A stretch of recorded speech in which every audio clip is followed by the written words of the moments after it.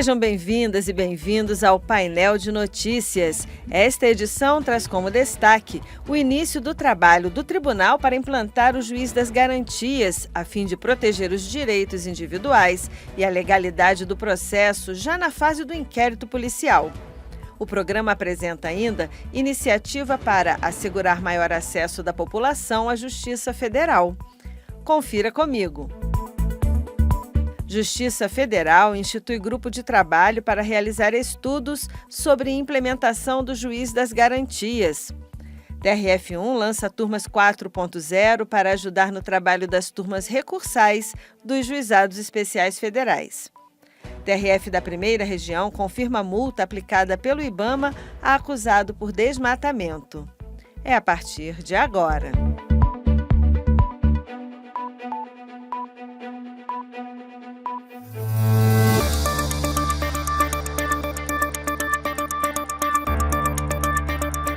No final de agosto, uma decisão do Supremo Tribunal Federal considerou que a alteração no Código de Processo Penal que instituiu o juiz das garantias é constitucional, cabendo aos tribunais a regulamentação e implantação do novo sistema, que é de aplicação obrigatória.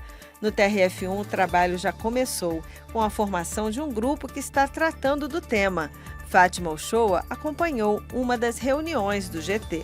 Foi em agosto deste ano que o Supremo Tribunal Federal decidiu pela constitucionalidade da Lei 13.964 de 2019, conhecida como Pacote Anticrime, que alterou o Código de Processo Penal e instituiu, entre outras coisas, o juiz das garantias. Além disso, ficou estabelecido que a regra é de aplicação obrigatória, cabendo aos estados, ao Distrito Federal e à União definirem como vai funcionar as unidades em cada esfera. Mas, afinal, o que é juiz das garantias? Quem explica é o desembargador federal Marcos Bastos, coordenador do grupo de trabalho instituído no âmbito da Justiça Federal da Primeira Região para tratar do tema. A ele, juiz das garantias, é incumbido o controle da legalidade de todos os atos praticados na fase da investigação criminal, quer dizer, a fase da apuração policial dos ilícitos, né, dos crimes em geral.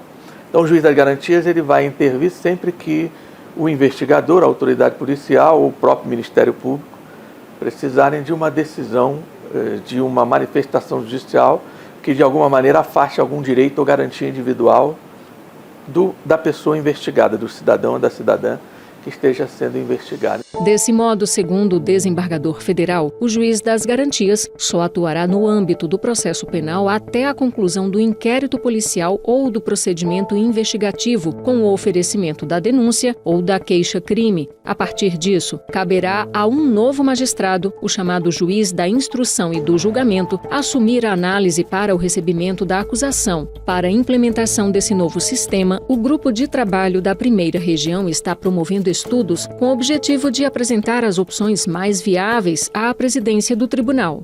Desde a opção quanto à forma de implantação do juiz das garantias, se nós vamos ter vários juízos especializados nisso, se nós não vamos ter juízos especializados, se teremos soluções outras que não essa, e também propor, se for o caso, a presidência que, por sua vez, encaminhe ao Conselho da Justiça Federal e ao próprio Superior Tribunal de Justiça a criação de cargos para atender a essa demanda nova do juiz das garantias.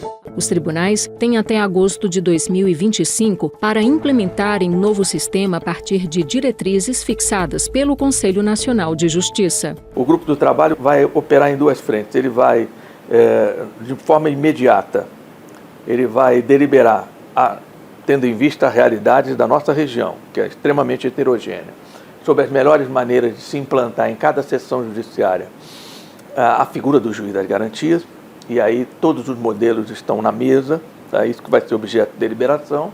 Ao lado disso, ele vai também propor à presidência, de uma maneira fundamentada, com base nas nossas demandas, com base no que as estatísticas na Primeira Região podem nos indicar, né, os números, a criação eventual de outras unidades judiciárias para atender também a essa especialização do juiz das garantias.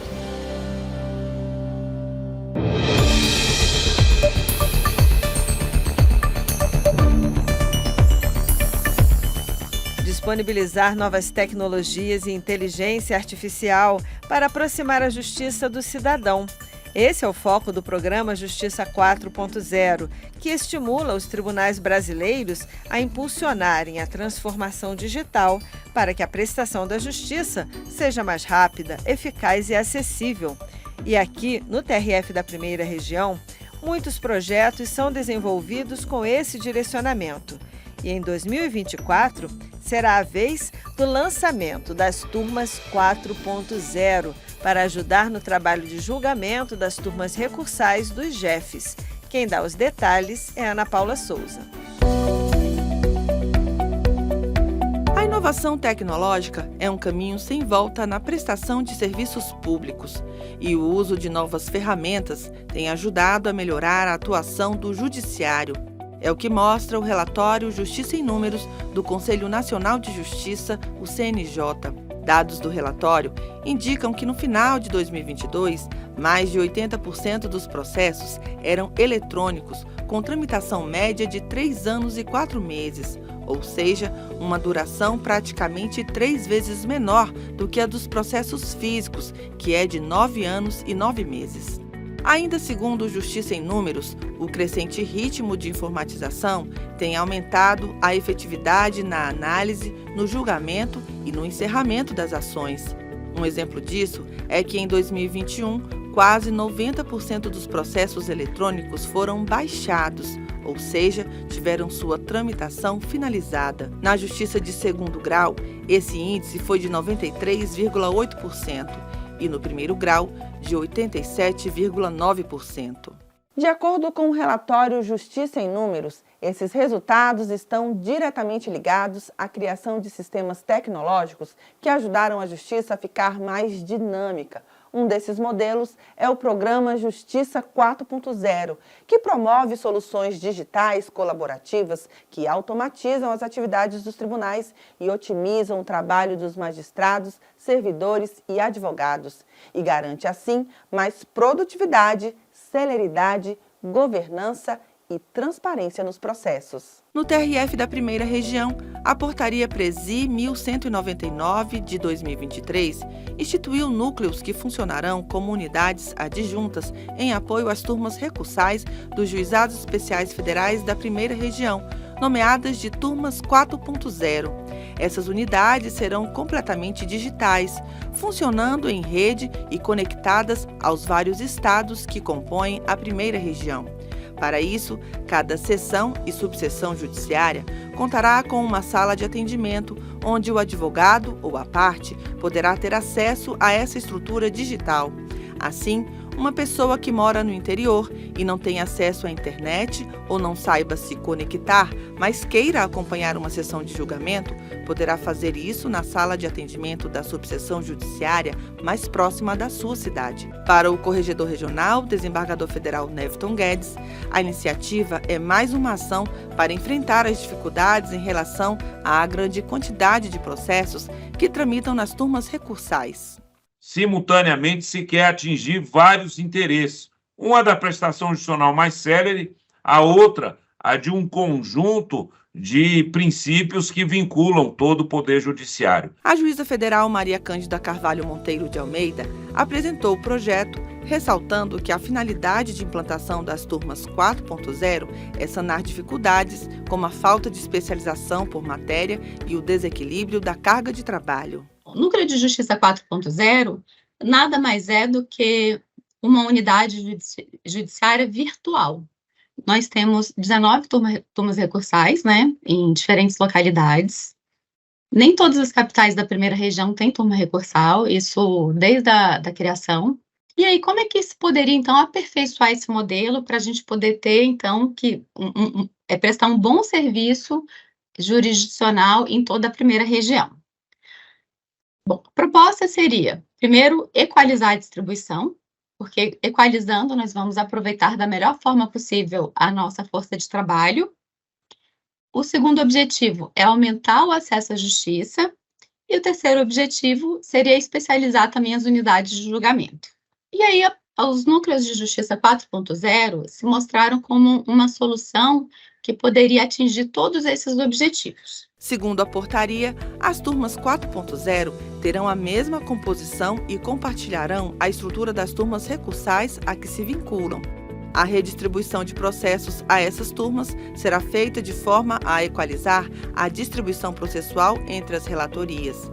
As sessões de julgamento das turmas 4.0 serão realizadas de forma remota pelos meios tecnológicos de comunicação, sem necessidade de comparecimento presencial das partes, advogados ou procuradores, e deverão prestar atendimento remoto ao público por meio do balcão virtual.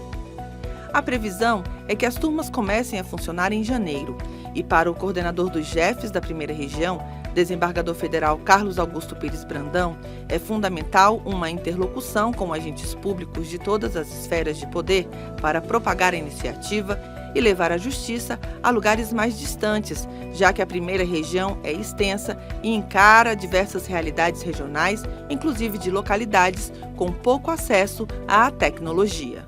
Nós estamos estabelecendo parcerias com as prefeituras dos estados assim mais, digamos assim, esvaziados de presença da Justiça Federal em sua geografia. Então, nós temos o caso de Boca do Acre, que está a mais de 1.000 quilômetros de distância de Manaus. Nós temos um caso no Piauí de Bom Jesus, a mais de 300 quilômetros, e assim são diversos casos. Caso da Ilha do Marajó, doutora Maria Cândida, fica também distante. Então, e essas distâncias geralmente estão em estados que têm índices baixos de desenvolvimento social. Então, isso é necessário fazer essa expansão.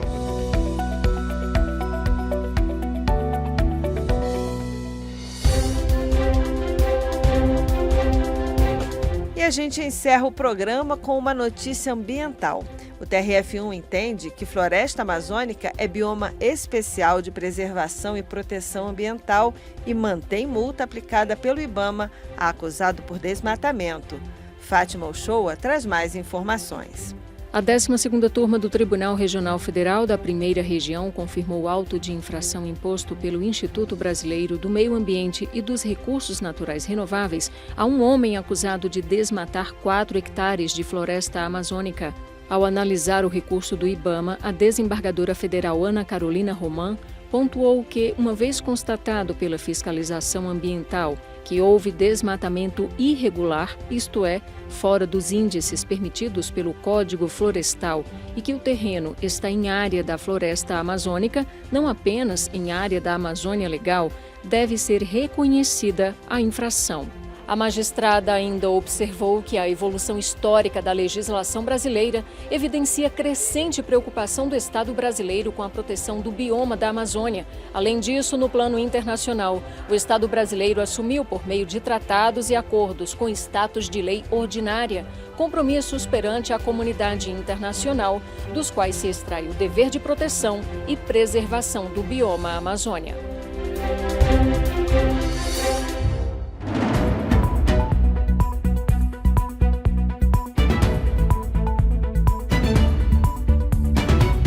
Encerramos mais uma edição do programa Painel de Notícias. Foi muito bom ter vocês comigo. E fica o convite para que todos acompanhem as novidades do TRF1 nas redes sociais.